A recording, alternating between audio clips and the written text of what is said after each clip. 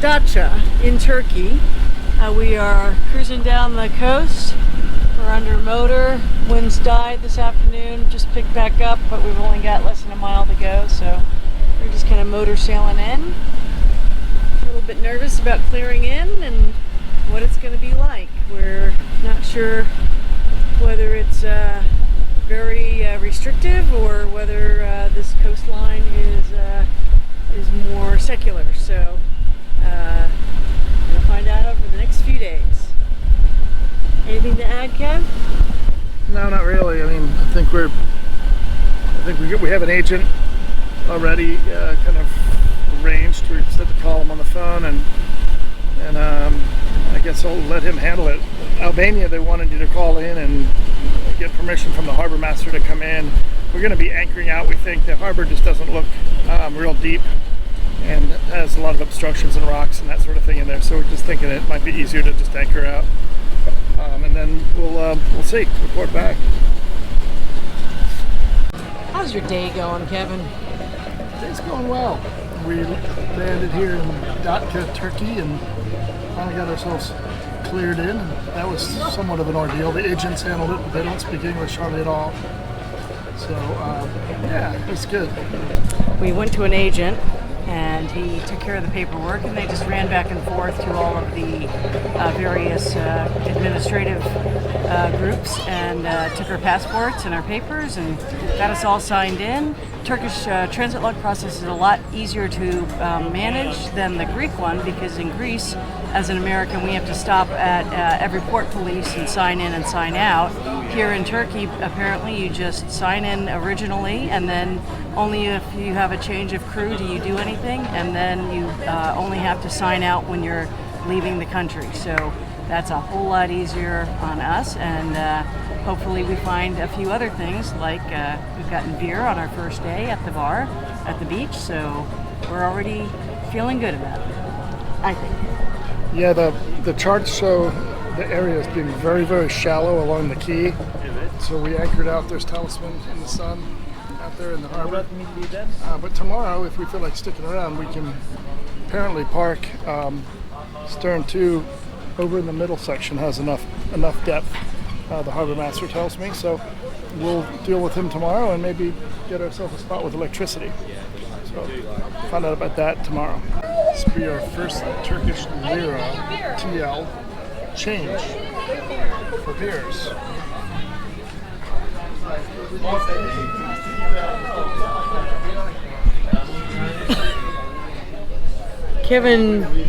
Kevin had too much beer.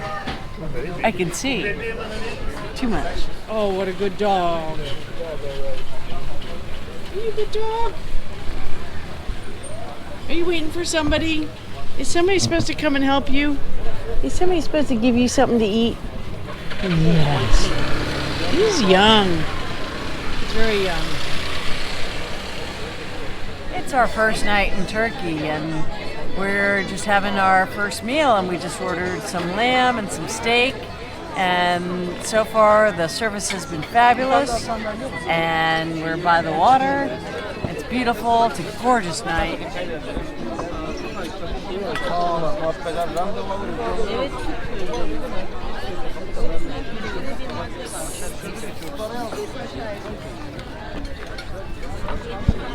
Okay, remind me again. How do I say thank you?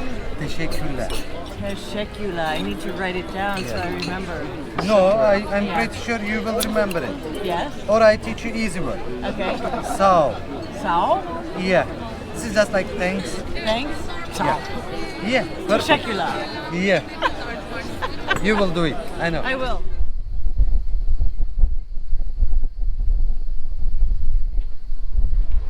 So some space opened up at the town quay, so we moved. Just came over here. It's pretty uneventful landing. It wasn't really worth videoing. There was no wind at all. And anyway, cute little place. We were hanging out here last night. This way we don't have to take the dinghy in. We get our electricity topped up. Yeah, we get our electricity topped up. There's the girl enjoying life. Enjoy. She's wearing the red bikini of the Turkish national flag.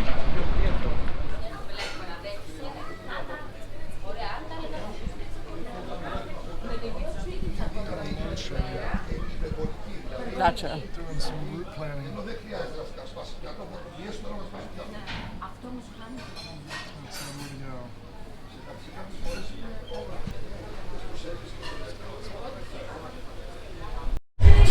where to go?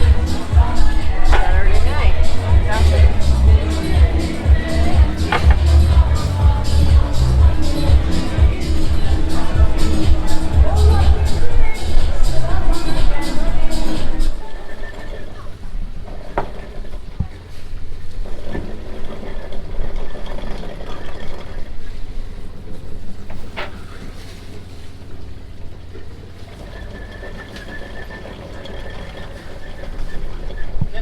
Yeah. Oh, thank you. Terrific.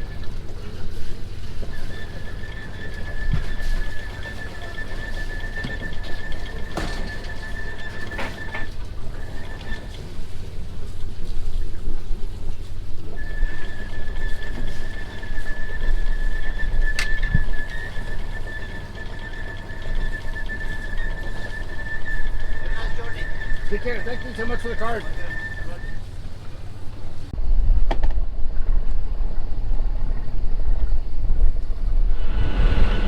Hey, sweetie. What you doing? Cleaning. Polish and bright work, baby. Someone's got to do it. On our way to ancient Minos. The wind just filled in nicely. Seeing about 22, 23 knots of wind. We're on a second reef on a pencil, and the mainsail's totally out for the most part. And we're not going anywhere. Yeah, and our speed through water sensor transducer probably has a bunch of crap on it, so it's kind of intermittently working for the last couple of days. If you want to take it out and clean it, no big deal. They're doing a speed over around 7.7 though, and that's pretty good.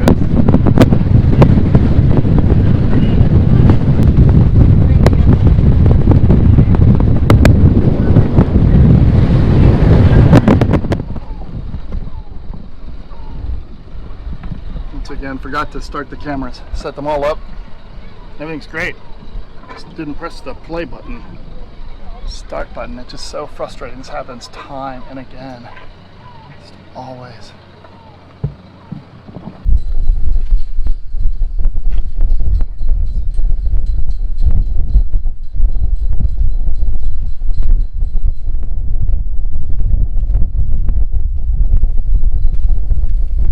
There's the amphitheater over there.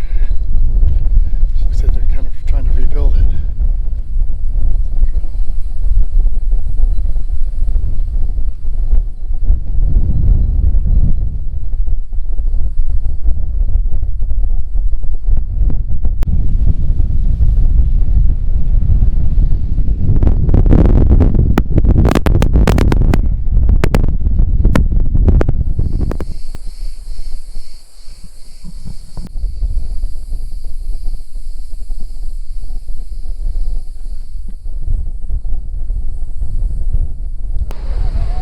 Amphitheater.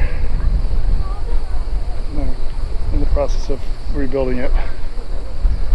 Get all the stones cut over here, and they're gonna put it all back together, which I think is a good thing to do. Yeah. They're putting new blocks in. 23 and 27 knots of wind.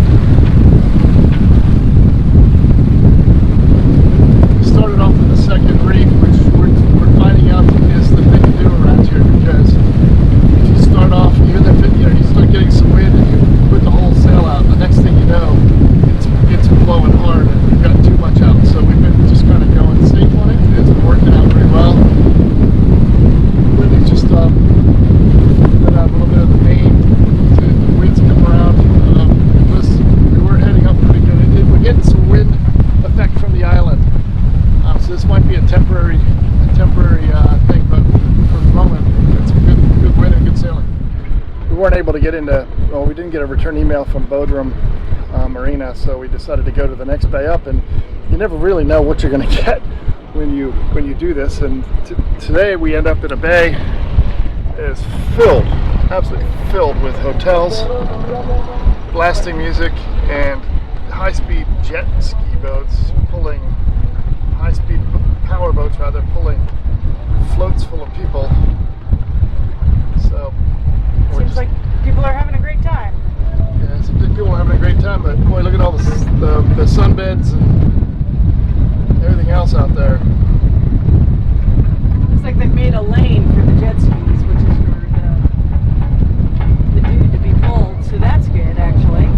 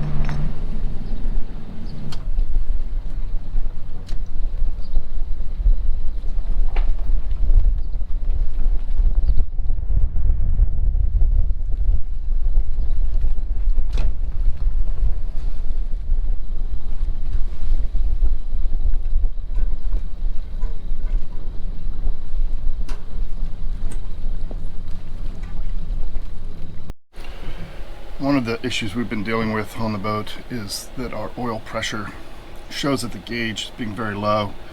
The oil pressure on these boats is measured in bars in Europe, not PSI, and and we're getting about 1 to 2 bars of pressure. The green area starts at 4 bars.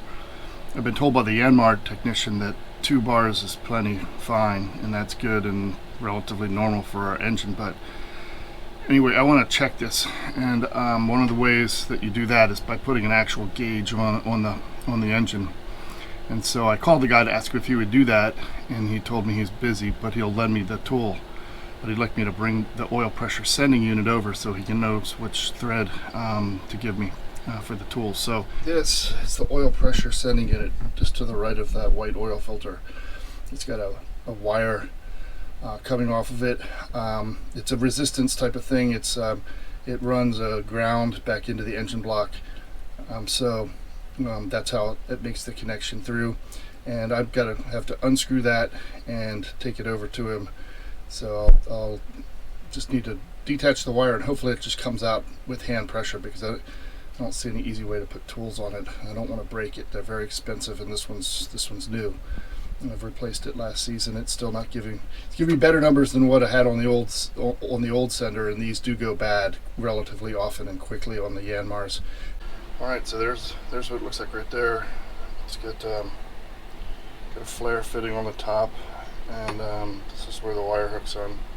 So I'm going to take that up and have the guy look at it and make sure I get the right thread for the tool. This is the tool the guy lent us to do the test. And this is obviously a specialty tool, not something that we're going to go buy to keep with us, but it allows you to look at the engine oil pressure mechanically instead of electrically.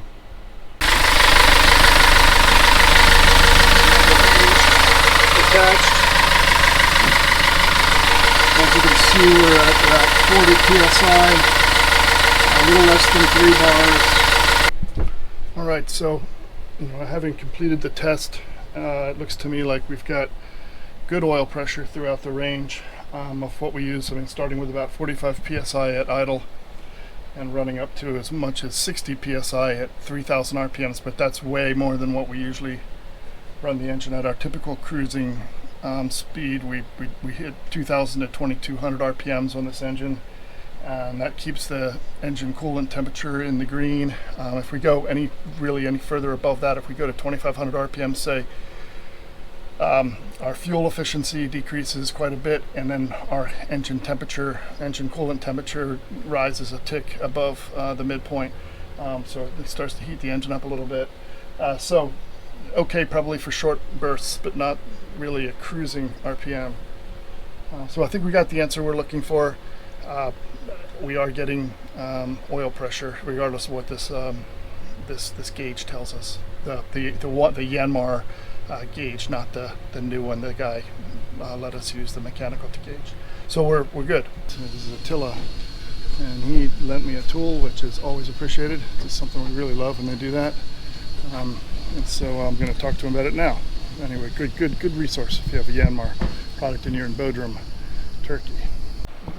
Here I've taken the lube oil test that I did this morning, and I've added it into my spreadsheet of all the maintenance tasks that we've done. This is everything from 2019, but we've got 2018 and 2017 as well. And the idea here is you want to keep track of every last little thing you do when you're on a boat. This is going to be invaluable information for an owner, a next owner, if you decide to sell, and it'll also be good information to have, because you can always go back to it and find out. Like for example, here I'm doing oil and filter changes, and I'm documenting what the engine hours are and what the service interval is supposed to be. And these are the types of things that you can always go back to. Here I'm talking about the Yanmar raw water and impeller pump and what the part number is for it. So I've got all sorts of information in here about the parts I used, where I got them from, contact information of technicians that that did work if we outsourced it. Everything is recorded.